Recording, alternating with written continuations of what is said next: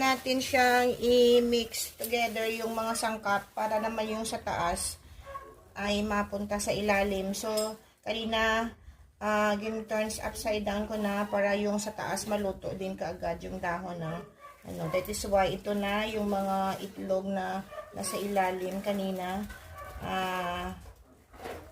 nag-even distribute na sa ating mga dahon dito sa taas. So, ayan na, luto na yung ating tinipgang na lupo. So, ito yung ating ulam ngayong umaga.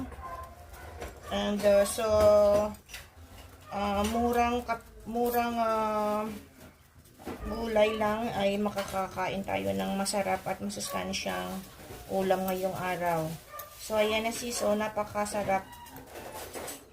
Oh, ayan. So, meron siyang sabaw na konti na naiwan dito sa dahon at okay lang yan dahil part siya ng kanyang yung sabaw, part ng kanyang lasa ay nandito sa sabaw. So hayaan na nating sabaw para pwede pa natin siyang